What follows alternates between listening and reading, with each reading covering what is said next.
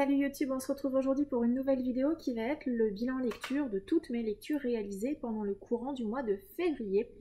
Février a été un mois très riche en termes de lecture puisque je crois que j'ai lu romans et graphiques cumulés quelque chose comme 16 ou 17 titres, donc c'est assez énorme. Au début j'avais prévu de mettre les graphiques dans cette vidéo, ça va faire beaucoup, donc j'ai pris l'option de les sortir et puis je vous les présenterai ultérieurement dans un point lecture qui sera intégralement dédié à mes lectures graphiques, comme je fais d'habitude. Voilà, vous savez que je faisais ça précédemment, je cumulais toutes mes lectures graphiques dans une seule vidéo. Voilà, je sais que les graphiques n'intéressent pas tout le monde, donc voilà, ça me permet comme ça de gagner un peu de temps sur les mois où je lis beaucoup, comme ce mois-ci. On va démarrer tout de suite. La lecture qui m'a le moins plu vraiment ce mois-ci, c'est une fin de saga, c'est bien dommage, c'est le tome 3 de La Lignée de Guillermo del Toro et Chuck Hogan, La Nuit Éternelle. J'ai lu ce tome 3 et l'intégralité de la série avec Laurent, alias Lado Vintage. On est ici, en tout cas dans le tome 1, on est à New York avec un spécialiste des virus.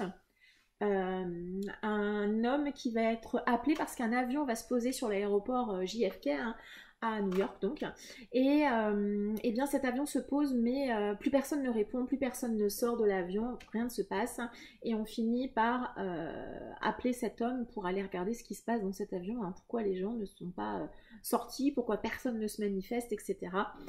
Vous vous doutez qu'il y a une histoire d'une créature qui va se glisser dans tout ça. Le tome 1 avait été plutôt une bonne lecture, j'avais trouvé ça, l'univers était intéressant et promettait beaucoup.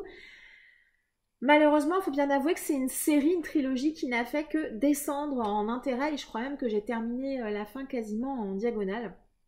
Ce tome 3, il est très long à démarrer, j'avais l'impression qu'il ne se passait pas grand chose finalement.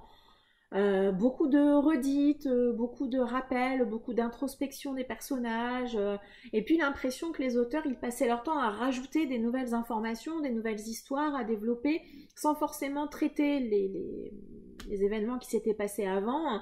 Je trouvais qu'il y avait des personnages qui manquaient de crédibilité, des personnages qui me paraissaient inutiles, des facilités, des confiances accordées très vite. Des choses qui étaient hyper clichés. Et puis au final, à force d'intégrer plein d'autres lignes narratives dans l'histoire, je me suis retrouvée avec une histoire qui était un peu floue. Je me demandais où est-ce qu'on allait. Enfin, ouais, vous sentez que j'ai été complètement déçue. La fin, c'est trop long. Et en fait, ce que je garderai de cette série, le tome 3, c'est valable pour le tome 3, mais c'est valable aussi pour la trilogie, c'est que j'avais l'impression à chacun des tomes de reprendre une nouvelle histoire, alors ce qui n'est pas le cas, alors qu'il y ait une petite remise en place, c'est normal parce que nous avec Laurent on a lu un tome par mois donc les souvenirs étaient frais, mais c'est pas toujours le cas des lecteurs, donc refaire une mise en place c'était plutôt bien, mais à chaque fois ça prenait énormément de temps.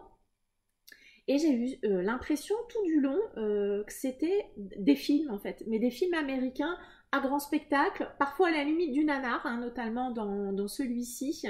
Vous savez, gros budget, gros spectacle, comme si on misait tout sur le budget et pas assez sur le scénario, vous voyez ce genre de film.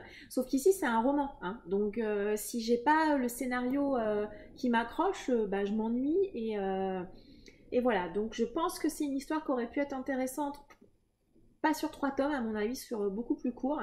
C'est dommage, je suis quand même contente de l'avoir lu, avec Laurent, c'était plutôt cool d'échanger tout au long de cette série. Mais, alors, je sais qu'il y a une série télé tirée de cette trilogie, je la regarderai pas parce que vous savez que moi je suis pas très série télé de manière générale. Mais je pense que ça peut être intéressant parce qu'il y a notamment tout un univers autour de cette créature qui, je pense, aurait malgré tout pu être intéressant en termes de développement. Voilà, ils n'ont pas pris cette option-là, ils ont pris une autre qui m'a pas particulièrement plu. Bref, vous compris, cette trilogie, c'est plutôt un flop pour moi, mais bon, voilà. Je pense que le tome 1 vaut peut-être le coup d'être lu, les tomes 2 et 3, un petit peu moins. En tout cas, ça ne reste que mon avis. Vous allez voir, en février, j'ai lu un peu de tous les genres et je suis très contente d'avoir réussi à réintégrer plein de genres différents sur février et ça sera le cas également sur mars, je peux déjà vous le dire. En février, j'ai lu Aquarium de David Vann, publié chez Galmeister. C'est le deuxième roman que je lis de David Vann, puisque j'avais lu Sucon Island. Alors, Sucon Island, j'avais adoré la première partie, beaucoup moins la deuxième. Ici, dans Aquarium, on va suivre Caitlin, une préadolescente, on va dire, de 12 ans. Elle vit seule avec sa maman. Sa mère travaille beaucoup, elle fait le maximum pour s'occuper de sa petite. Et le soir, en sortant de l'école, elle a pris l'habitude d'aller tous les jours à l'aquarium. Elle est fascinée, elle aime beaucoup tout ce qui est lié à la mer, les poissons, etc. Et un jour, elle va faire la rencontre d'un vieux monsieur qu'on voit ici. Elle va se lier d'amitié avec ce vieux monsieur et donc voilà, tous les jours, quand elle va à l'aquarium, et bien ce vieux monsieur est là et puis ils discutent ensemble. Je vous dirai rien de plus. Voilà, vous vous doutez bien que l'arrivée de cet homme a une raison particulière et que ça va être effectivement le point de départ de notre histoire.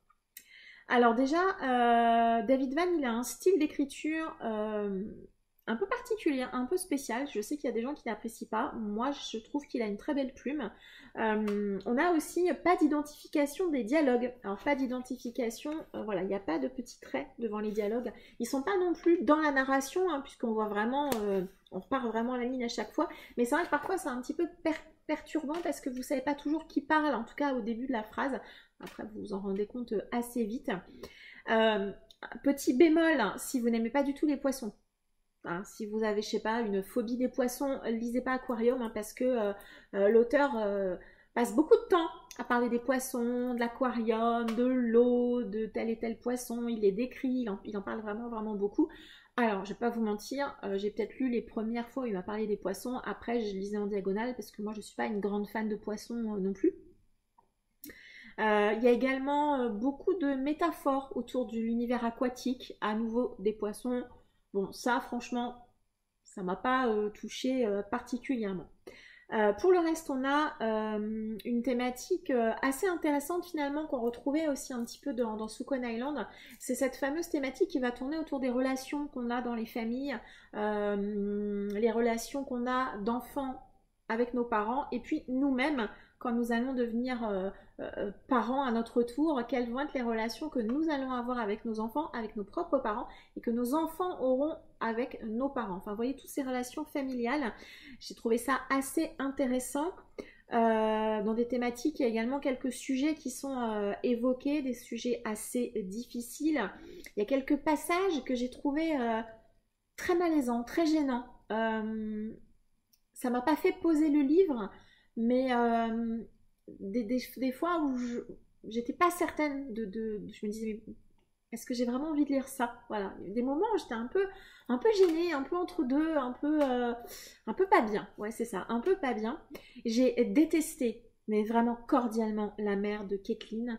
Vraiment, vraiment détesté. En fait, c'est terrible parce que j'avais envie d'avoir de l'empathie pour elle. J'avais envie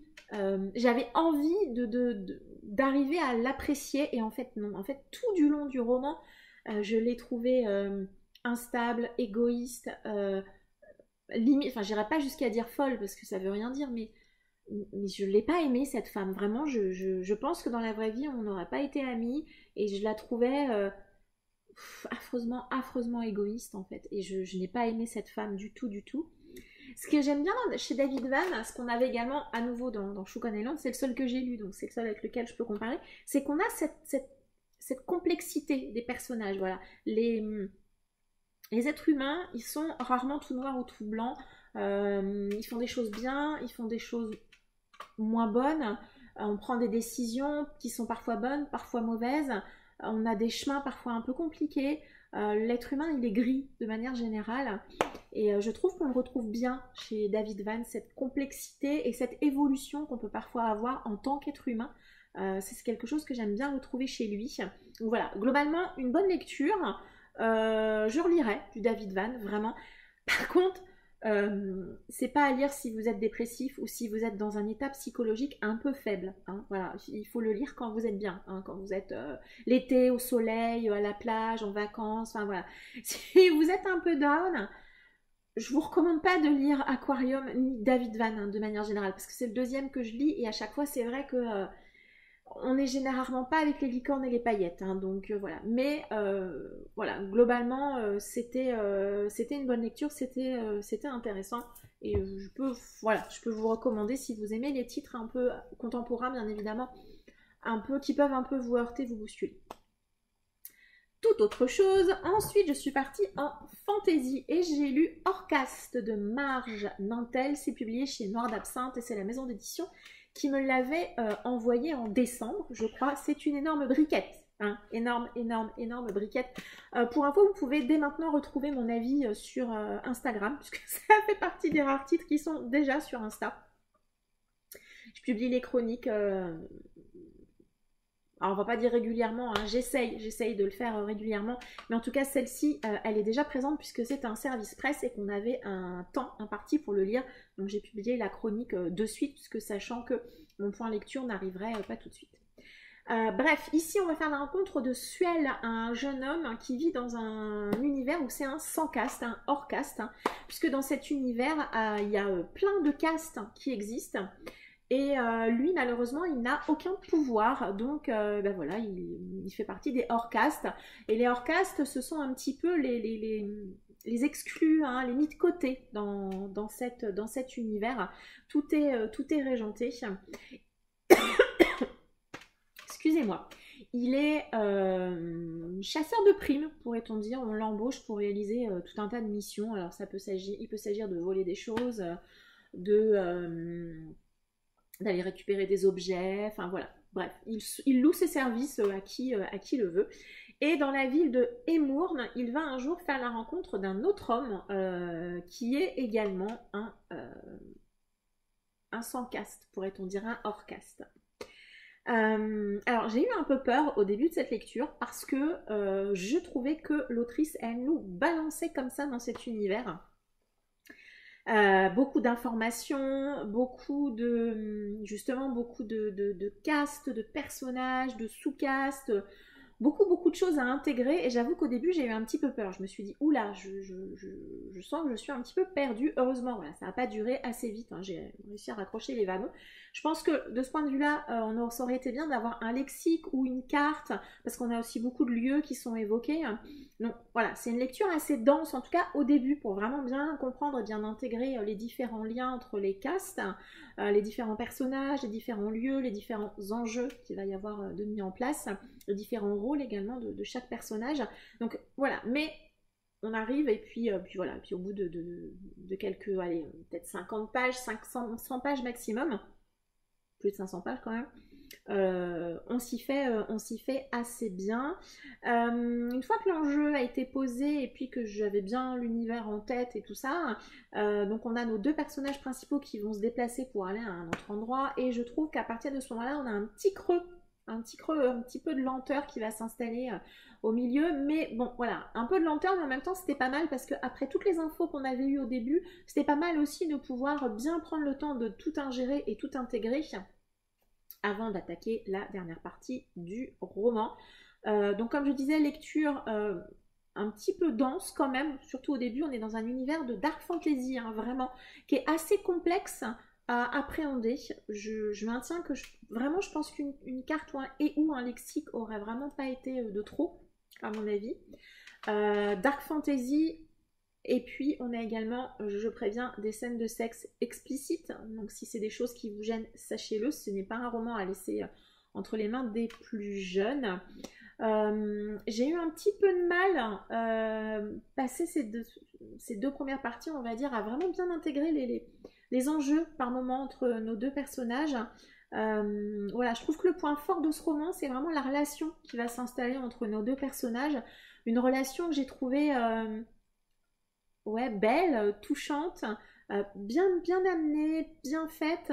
Je trouve que par moment, peut-être, l'autrice est plus axée sur cette relation entre ces deux personnages plutôt que vraiment sur le fond de l'histoire et les enjeux qu'elle a posés au démarrage.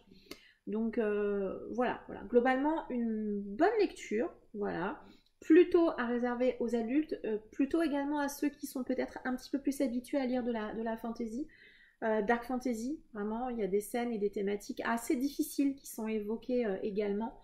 Peut-être également peut-être un peu vite. Elles sont peut-être évacuées un peu vite. Mais voilà, ça se gère très très bien. Et bon voilà, elles sont malgré tout présentes, évoquées et traitées. Ce qui est déjà aussi une bonne chose. des thématiques un petit peu dures, quelques scènes de sexe, je l'ai dit, et voilà, et ça a fait de tout ça plutôt une chouette lecture que je peux vous recommander si vous avez envie de lire de la romantasy, parce que là on est clairement dans un roman de dark fantasy malgré tout, mais avec une très très jolie histoire entre deux. Voilà. Ensuite, je suis partie dans toute autre chose puisque j'ai lu La rumeur des racines de Julie David et c'est publié aux éditions du Chat Noir. Je suis allée vers ce roman puisque c'est un roman qui se déroule au Japon, pas très loin de la forêt d'Aokigahara. Vous ne connaissez peut-être pas cette forêt, elle est plus connue sous le nom de la forêt des suicidés. On va y faire la rencontre de Louise. Elle fait des études en géologie et donc elle est installée là pour réaliser une étude sur les pierres de cette région.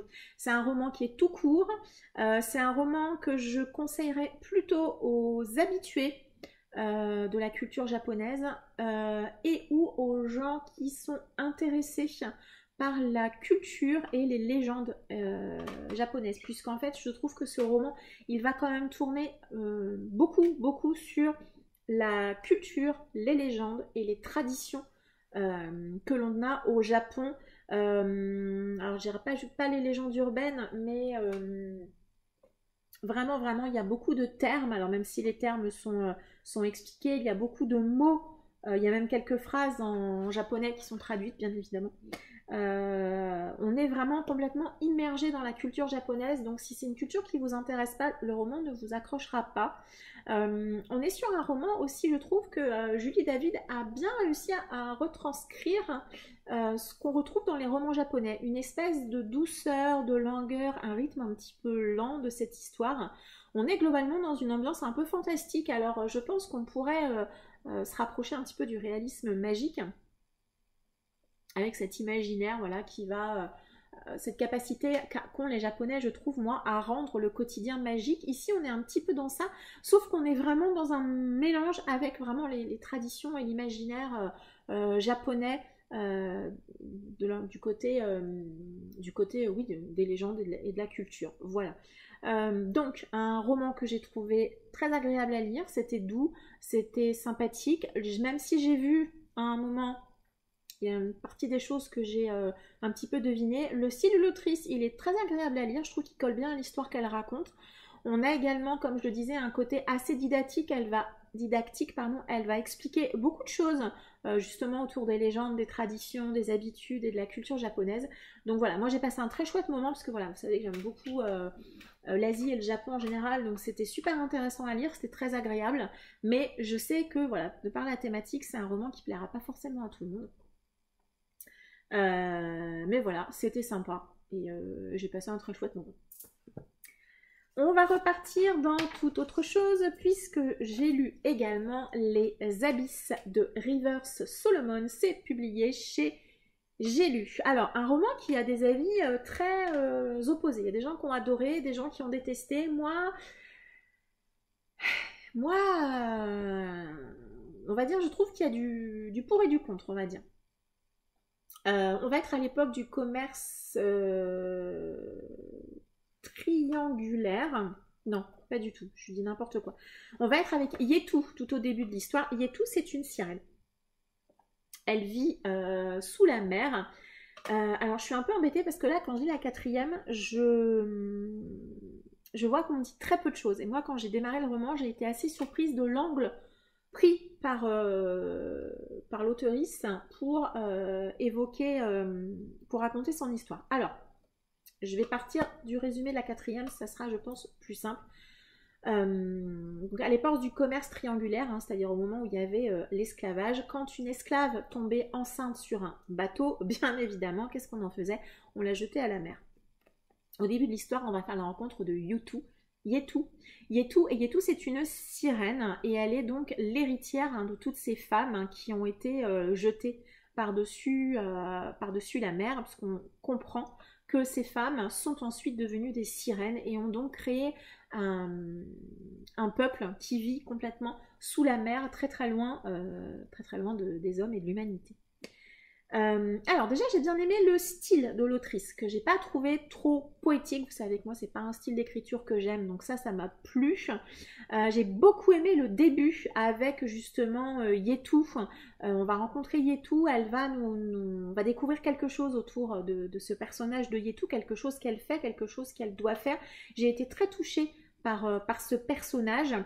Mais malheureusement, je dois bien avouer que passé la moitié, je trouvais ça m'a moins intéressée en fait. La deuxième moitié du roman m'a moins plu que la première, qui était justement comment ces sirènes étaient arrivées, comment elles sont nées.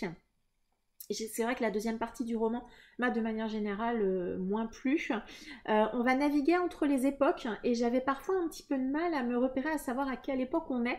Et de la même manière, hein, je suis incapable de vous dire à quel moment se déroule cette histoire. À quelle époque elle se déroule, je ne sais pas. Si on est genre au 17e, 18e, je ne sais pas. Je n'ai aucune idée de l'époque à laquelle ça se déroule et ça m'a un petit peu déstabilisée quand même d'avoir du mal à me repérer comme ça dans le temps. J'avais aussi du mal par moments à identifier qui parlait. Ouais, j'étais un petit peu perdue. Alors c'est paradoxal ce que je veux dire, parce que ça n'a pas plus gêné ma lecture que ça. Je me suis vraiment laissée porter par l'histoire que l'autrice m'a racontée. Mais ouais, j'étais un peu par moments, qui parle, je suis où, je sais pas. Mais je trouvais que l'autrice le faisait bien. Donc voilà, c'est un peu étrange ce que je vous dis, mais en tout cas ça a fonctionné avec moi. C'est un roman, alors on n'est pas du tout dans le même univers, on n'est pas du tout dans le même cheminement, mais c'est un roman qui m'a beaucoup fait penser au Passeur de Lois Lowry, parce que ici l'auteurice va aborder, entre autres choses, l'importance de la mémoire collective. Et dans Le Passeur, c'est un sujet central dans l'histoire. Si vous ne l'avez pas lu, d'ailleurs, je vous conseille de le lire. Et je sais pas, quand elle abordait cette thématique de la mémoire collective, de l'importance de la mémoire collective pour qu'on ne refasse pas les mêmes erreurs, alors quand bien même malheureusement c'est très souvent ça ne marche pas, mais en tout cas il est important que nous ayons tous et toutes une mémoire de l'ensemble de l'humanité, de ce qui s'est passé avant. Je trouve que ça éclaire aussi le présent et on espère en tout cas le futur. Et ça m'a beaucoup fait penser, j'ai vraiment eu des réminiscences par moments de ce livre que j'avais vraiment bien aimé avec le recul. C'est un livre qui m'a beaucoup marqué. Après, je dois bien avouer que sortie de cette thématique de l'importance de la mémoire collective, et de la dénonciation, hein, bien évidemment, de l'esclavage, de la traite des êtres humains, etc. Je terminais ce roman un petit peu avec un sentiment de tout ça pour ça. Voilà, j'avais un peu un goût d'inachevé. J'aurais eu envie peut-être qu'elle aborde d'autres sujets ou qu'elle aille plus profondément sur certaines thématiques. Mais voilà. Donc je suis un peu embêtée avec ce roman parce qu'il y a des choses que j'ai bien aimées. Et puis je suis un petit peu, je pense voilà, une sensation d'être peut-être un peu restée sur ma faim à la fin. Mais je pense que ça vaut le coup de le découvrir, ne serait-ce que pour cette thématique que je trouve très importante, voilà, justement, de notre mémoire collective. Vraiment, c'était très intéressant. J'ai l'incivilité des fantômes de cette auteurice dans ma palle et du coup je le découvrirai également avec beaucoup de plaisir. Ensuite, toute autre chose, j'ai lu un énorme classique du roman fantastique d'horreur. J'ai lu Body Snatchers de Jack Finney, publié chez Le Bélial, plus connu sous le titre L'invasion des profanateurs. Ici, on va être dans la ville de Mille-Valais, où on va suivre un docteur qui, tout d'un coup, va avoir des gens arriver chez lui et lui dire que son mari ou sa femme, avec qui il vit depuis 10, 20, 30 ans, n'est plus son mari ou sa femme. On est donc dans un roman fantastique, un énorme classique. Alors, je suis toujours épatée. Donc, c'est un roman qui a été publié en 1955. Je suis toujours épatée par ces romans qui sont ultra faciles à lire. Je veux dire, rentrer à l'intérieur, c'était ultra facile. Ça s'est lu tout seul. Alors, certes, hein, c'est assez court. Hein, mais franchement, je l'ai lu hyper vite, hyper bien. C'était très, très cool à lire. Il y a quelques traces voilà, de sexisme dans ce roman, titre écrit en 55 comme je l'ai dit, mais j'ai découvert dans la préface que c'est un titre que l'auteur avait réécrit dans les années 70 déjà et il avait donc retiré pas mal de choses. Il y en a encore un petit peu quand même, hein. Il y a des trucs où j'ai levé les yeux au ciel en disant ouais, ok, c'est bon, on a compris. Mais voilà, l'auteur, voilà, il a malgré tout réécrit. Il y a toute une partie à la fin qui va nous parler des différentes adaptations cinématographiques autour de ce roman. Comme je disais, c'est un énorme classique. Je ne pensais pas qu'il y avait eu autant d'adaptations de ce roman, avec chaque fois des thématiques différentes. Là, on est vraiment sur une histoire de possession, hein, voilà, alors possession pas façon l'exorciste, hein, vraiment sur intrusion, possession, au remplacement, voilà, sur cette fameuse théorie, malheureusement, du grand remplacement. On est sur cette théorie imaginaire-là, et donc effectivement, c'est vrai que les films qui ont été tirés de ce roman, en fonction des époques, n'ont pas toujours la même résonance. Franchement, ça a été une lecture très cool, je suis ravie d'avoir découvert ce grand classique. C'est une histoire qui va crescendo, hein, vraiment dans l'angoisse, on se demande jusqu'où ça va aller, et voilà. La fin, je pense, elle ne convaincra pas tous les lecteurs, mais en tout cas, moi j'ai trouvé qu'elle était bonne et qu'elle était plutôt intéressante. Voilà, c'est une option de l'auteur et moi je l'accepte et je la suis avec plaisir. Bref, c'était une lecture très cool. Je suis ravie d'avoir découvert ce grand classique. Donc voilà, si vous ne l'avez pas lu, je ne peux que vous conseiller d'aller y jeter un œil. J'ai ensuite lu tout dans un tout autre genre. J'ai lu La cave aux poupées de Magali Collet. C'est publié chez Tornada. Ici, on est dans un thriller un thriller quasi huis clos. On va faire la rencontre de Manon. Manon, c'est une jeune fille qui vit avec son père dans une petite maison en pleine montagne. Ils sont complètement isolés de tout. Son père est un violeur, séquestrateur, assassin, je sais pas trop comment, psychopathe, je sais pas trop. Elle vit avec son père et donc des jeunes filles sont séquestrées dans la cave et elle, son travail, c'est de s'occuper de ces jeunes filles. C'est un roman qui est ultra addictif. Je l'ai lu en une journée, je crois. Enfin, bon, il est assez court, hein. Par contre, c'est hyper glauque, mais comment dire, on ne voit rien. C'est-à-dire qu'en fait, l'autrice arrive à faire ce tour de force, qu'on comprend ce qui se passe, on devine ce qui se passe. Alors, il y a quand même 2-3 choses qui sont expliquées clairement, hein. Pas besoin de beaucoup de détails en même temps. En tout cas, moi, j'en ai pas besoin. Mais elle ne va pas vraiment rentrer dans les choses scabreuses, hein, sachant que ce qui se passe là, c'est déjà atroce, mais je pense que vous voyez ce que je veux dire. Voilà, elle ne détaille pas, elle ne fait pas de la surenchère, de choses horribles. Elle vous dit les choses de manière assez factuelle. Il se passe ça, il se passe ça, il se passe ça. Juste que ça se passe, ça suffit pour rendre le truc horrible, atroce et éminemment glauque. Mais elle arrive, je trouve, vraiment à rester sur le fil de l'horreur, j'allais vous dire. Ça reste, voilà, on est sur la limite, hein. Donc moi j'ai passé un super moment. Alors ça paraît terrible de dire ça parce que le sujet il est atroce et ce qu'on trouve à l'intérieur de ce roman il est dur. Elle gère très bien le huis clos. Mon seul petit bémol sera sur la fin que je trouvais un peu rapide et un peu facile. Mais globalement je trouve que c'est un huis clos qui est très réussi, qui est super bien mené. Le personnage de Manon qui est notre personnage principal, hein, on a une espèce d'attraction et de répulsion pour elle, hein. C'est un petit peu difficile, par moments on la déteste, en tout cas moi je l'ai détestée, par moments j'avais de l'empathie pour elle, j'avais de la tendresse, enfin voilà, il y a vraiment tout ce tas d'émotions qu'on a envers ce personnage principal et ça c'est aussi plutôt très bien fait, comme je disais avant avec David Vann, les êtres humains sont complexes et je trouve que là on est plutôt dans quelque chose d'assez réussi. Voilà, c'était très bien et voilà, je relirai du coup de Magali Collet avec grand plaisir. Dans le thriller, j'ai continué et j'ai lu Les Emmurés de Serge Brussolo, publié au livre de poche. Donc je continue ma découverte de cet auteur avec ce titre qui est, je crois, un de ses plus connus ou un de ses plus populaires peut-être. J'ai beaucoup aimé Les Emmurés, vraiment, je n'avais jamais lu ça.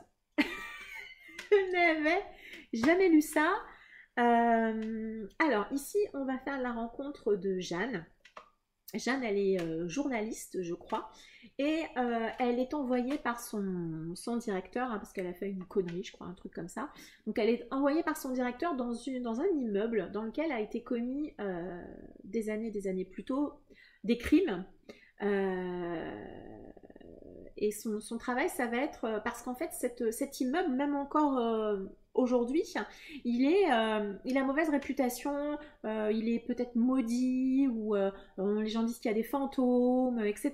Donc c'est un lieu dans lequel il s'est passé des choses atroces, et une ambiance dans cet immeuble un peu particulière. Donc elle est envoyée par son directeur pour faire un reportage sur cet immeuble en particulier. Alors vous vous doutez bien, elle y arrive dans l'immeuble, elle n'a pas envie d'être là, elle y croit pas, voilà. Et elle va découvrir des choses auxquelles moi-même je ne m'attendais pas. Alors déjà, c'est hyper immersif, hyper addictif. J'étais complètement immergée dans cette ambiance, dans cet immeuble. Enfin, j'irai pas jusqu'à dire que j'ai eu peur, mais il y a une ou deux scènes qui m'ont vraiment bien mis mal à l'aise. Il y a... Mais comment on peut imaginer ça? Franchement, moi j'ai passé un excellent moment, vraiment. J'étais à fond dans l'histoire. On est dans une ambiance noire, oppressante, où on ne sait plus quelle est la réalité, quel est l'imaginaire, est-ce que Jeanne est folle, est-ce que vraiment il se passe des trucs encore dans cet immeuble ou pas? Mais que s'est-il passé également dans cet immeuble? Elle va le découvrir aussi. Vraiment, c'était excellent. Je trouve qu'on est ici à la lisière entre le thriller et le fantastique. Hein. Vraiment, l'auteur, il rend super bien l'angoisse, vraiment, que moi j'ai ressentie, et notamment une scène que j'ai trouvée incroyable. Enfin, il n'y a pas qu'une scène que j'ai trouvée incroyable. C'était une super lecture. J'ai adoré la fin. L'histoire autour de cet immeuble et la résolution de l'histoire, quand je l'ai vu arriver, je me suis dit, mais c'est incroyable, mais c'est pas possible. Vraiment, j'ai été sciée et j'ai adoré ce roman. Vraiment, c'était une super lecture. Voilà, je peux que vous recommander de le découvrir. Hein. Vraiment, juste petit bémol à nouveau. Enfin, les persos féminins sont particulièrement antipathiques, je trouve, dans ce roman. Mais globalement tous les personnages. Hein. Je trouve qu'il n'y en a pas vraiment un pour rattraper l'autre, mais l'ambiance générale, elle est top. Franchement, c'était excellent et ben, je vais continuer à lire du Brussolo hein, parce que franchement, j'ai adoré, c'était top. Ensuite, j'ai poursuivi une saga. Je vais aller assez vite parce que je pense que vous l'avez vu partout. C'est un tome 4 en plus, c'est donc La guerre de de Michael McDowell. C'est le tome 4 de Blackwater, publié chez Toussaint Louverture. Ça se lit toujours aussi bien, c'est ultra addictif. Donc on poursuit hein, toujours l'histoire familiale de la famille Casquet. On a toujours cette énorme saga familiale à travers les époques. On continue d'avancer dans les décennies avec une petite touche de fantastique. Comme ça, qui arrive de temps en temps, ponctuellement. On s'attache de plus en plus à cette famille, à ces personnages que l'on voit ben voilà, grandir, évoluer. Et puis l'auteur, par moments, il place comme ça quelques sujets très très forts, peut-être de manière un petit peu rapide, mais effectivement, c'était l'époque qui voulait ça, puisque là, on doit être après la Première Guerre mondiale, je crois. Donc voilà, Blackwater, c'est excellent, si vous ne l'avez pas encore lu. Je poursuivrai vraiment ma découverte de cette série parce que voilà, je prends beaucoup de plaisir à la découvrir et je comprends pourquoi elle a eu autant de succès. Ensuite, j'ai démarré une saga et j'ai démarré Les Loups Dorés de Roshani Chokshi, publié chez De Saxus, avec Dorian, alias Monsieur Cabric. C'était super. Franchement, c'était excellent. Je comprends pourquoi les gens comparent cette série à Six of Crows. On a des vibes, effectivement, je confirme. Hein. On a des vibes Six of Crows puisqu'on va suivre un groupe de personnages qui sont regroupés, qui sont réunis ensemble, chacun pour des raisons différentes. Le chef de ce groupe, c'est Séverin. Et ils sont un petit peu des chasseurs de trésors, on va dire, voilà, et on les suit. Ils vont être mandatés pour aller faire un coup, puisque Séverin veut essayer de récupérer, on va dire, son héritage qui lui a été volé. Voilà. C'est du young adulte, hein, donc franchement c'était très très cool à lire, ça se lit super bien aussi.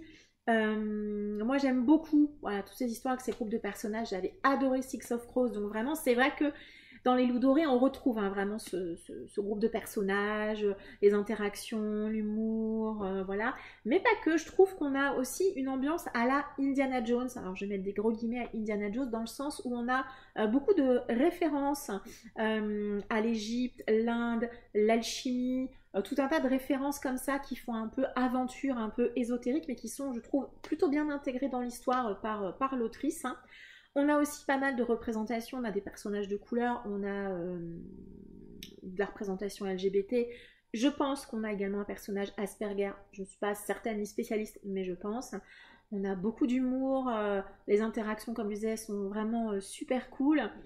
Seul petit bémol à mon goût, je trouve qu'il y a parfois des enchaînements dans les événements qui sont un petit peu flous, pas assez clairs, hein, je trouve. Il y a également beaucoup d'informations qui nous sont données par l'autrice hein, au démarrage. Et je pense que ça aurait mérité peut-être un petit peu plus d'approfondissement, histoire que nous, lecteurs, on s'imprègne bien d'un certain nombre de choses. Elle va un petit peu vite, je trouve, vraiment sur certaines parties. Mais c'est pas gênant, ça n'a pas particulièrement gâché mon plaisir de lecture. Impression aussi un petit peu de fouillis sur certains combats ou certaines choses. Mais voilà. C'est resté une très très chouette lecture, vraiment, comme je disais, j'ai pris beaucoup de plaisir. Et c'est vrai que dans ces cas-là, quand on arrive à prendre autant de plaisir dans une lecture, les petites choses qui vous ont contrarié un petit peu, vous arrivez à passer au-delà en fait. Et ça a été le cas, vraiment. Je passais au-delà des petits bémols que j'y ai trouvés. Le plaisir de lecture a quand même été là, présent, c'était super. Je trouve que le point fort de cette histoire, ce sont les personnages et puis l'univers qui est assez intéressant et fouillé, développé par l'autrice. Donc j'ai déjà le tome 2 dans ma palle, on lira la suite avec Dorian. Par contre, on attend de savoir quand est-ce que De Saxus va annoncer le tome 3 pour se caler le tome 2 qui se passera en Russie. Et j'ai hâte ouais, de lire la suite et de retrouver toute cette team assez folle. Et le dernier roman qui a été... ouais, je pense un joli petit coup de cœur, vraiment, je vais rejoindre l'avis général. J'ai lu Mémoire de la forêt, le tome 1, Les souvenirs de Ferdinand Taupe de Michael Brun-Arnaud. C'est publié chez l'École des loisirs et j'ai lu en lecture commune avec Laurent Lado Vintage et Margot Bohemian Library. Alors, vous connaissez ce roman qu'on a vu partout. On va donc y faire la rencontre de Archibald Renard. Il tient une librairie un petit peu spéciale puisqu'il stocke les livres écrits en un seul exemplaire, un exemplaire unique, écrit par tous les habitants de l'univers dans lequel il vit. Un jour, il va vendre un livre, il ne va pas voir qui va lui acheter ce livre, et le lendemain, la taupe qui est ici, Ferdinand, si je me rappelle bien, Ferdinand va venir vouloir récupérer ce livre qu'il a écrit, qui recense toute sa vie, et parce que ce Ferdinand, il a la maladie de l'oubli-tout, et il aimerait récupérer ce livre pour pouvoir se rappeler un certain nombre de choses. Malheureusement, le livre a été vendu la veille, et donc Renard et Ferdinand, ils vont partir à la recherche de l'homme, de la personne qui a acheté ce livre. C'était top. Vraiment, j'ai adoré. Alors déjà, la première chose qui m'a vraiment marquée, on va dire, c'est l'écriture. C'est très très bien écrit. C'est pas du tout jeunesse dans le style d'écriture de l'auteur. Vraiment, un auteur qui ne prend pas les jeunes, les enfants ou les ados pour des imbéciles. C'est très bien écrit. Vraiment, c'est très agréable. J'avais l'impression, quand je lisais ce roman, que j'avais la voix de Michael Brun-Arnaud dans mon oreille et que j'avais quelqu'un qui me lisait cette histoire, que quelqu'un me raconte une histoire. Ça m'a vraiment donné cette impression-là quand j'étais petite et que quelqu'un me lisait une histoire. C'était l'impression que j'avais. Au démarrage, c'est très classique, donc on va suivre nos deux héros. Ils vont partir à la recherche de la personne qui a acheté ce livre. Et au début, c'était assez classique, ça me faisait vraiment penser à un roman jeunesse. Hein. Ils avançaient, ils avaient un indice, et puis ils allaient à un endroit, puis après ils allaient à un autre endroit, puis à un autre endroit. Alors, forcément, il y a des facilités. Et puis, au fur et à mesure qu'on avance dans l'histoire, on s'attache. On en apprend de plus en plus sur Ferdinand et aussi sur Archibald. Et puis finalement, on dévore les pages parce qu'on a envie de savoir, on a envie de comprendre, on a envie de découvrir la vie de Ferdinand, on a envie de savoir qui a acheté ce livre, mais où est ce livre, mais rendez-lui ce livre. On avance comme ça, on a envie de comprendre. C'est un roman qui est plein de douceur, qui est plein de bienveillance.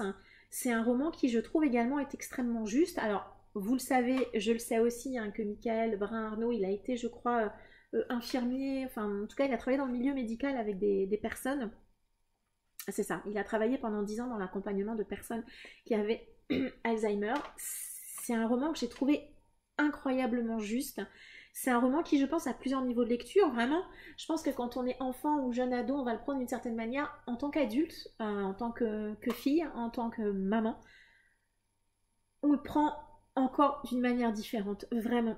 C'est un roman que j'ai trouvé extrêmement puissant, mais encore plus puissant peut-être quand on est adulte, parce que finalement, il y a certaines choses que Ferdinand va dire qui m'ont, moi, touché vraiment en plein cœur. C'est un roman magnifique, vraiment, vraiment magnifique. Je lirai le tome 2 hein, qui va sortir là tout bientôt. Je crois que ça sera une trilogie, il me semble. Et je lirai la suite, vraiment. C'est un roman très touchant, très beau. J'ai beaucoup pleuré, j'ai fini en PLS. Et c'est un roman, oui, c'est un roman jeunesse. Oui, il y a des facilités.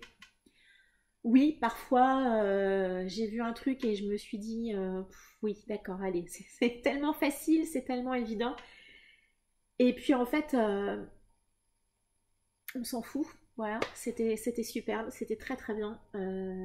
Lisez Mémoire de la forêt si c'est pas encore fait. Je rejoins le troupeau de personnes qui vous disent de lire ce roman qui est formidable, vraiment vraiment formidable. Un très joli coup de cœur et il sera, je n'en doute pas, dans mes meilleures lectures de l'année 2023. Et voilà, on va terminer ce long point lecture. Hein. Si c'est pas le plus long de ma chaîne, on n'en est pas loin. J'ai essayé pourtant d'aller assez vite. J'ai hésité hein, honnêtement à en faire 2, mais bon, voilà. Voilà, si vous êtes arrivé jusqu'au bout, félicitations à vous, vraiment grand bravo. Si vous êtes arrivé au bout, n'hésitez pas à me mettre un petit pouce et également à me mettre un petit mot en commentaire. Je serais ravie de savoir s'il y a des gens qui ont le courage d'aller jusqu'au bout de ce point lecture, même en plusieurs fois. Merci beaucoup en tout cas de l'avoir suivi. N'hésitez pas à m'indiquer en commentaire si vous avez lu certains des romans dont j'ai parlé aujourd'hui, si vous êtes du même avis que moi ou pas du tout. Est-ce que vous, également, vous avez fait de très très bonnes lectures comme moi dans le courant du mois de février. Je vous remercie de m'avoir suivi, je vous souhaite une très agréable journée et je vous dis à très bientôt. Ciao!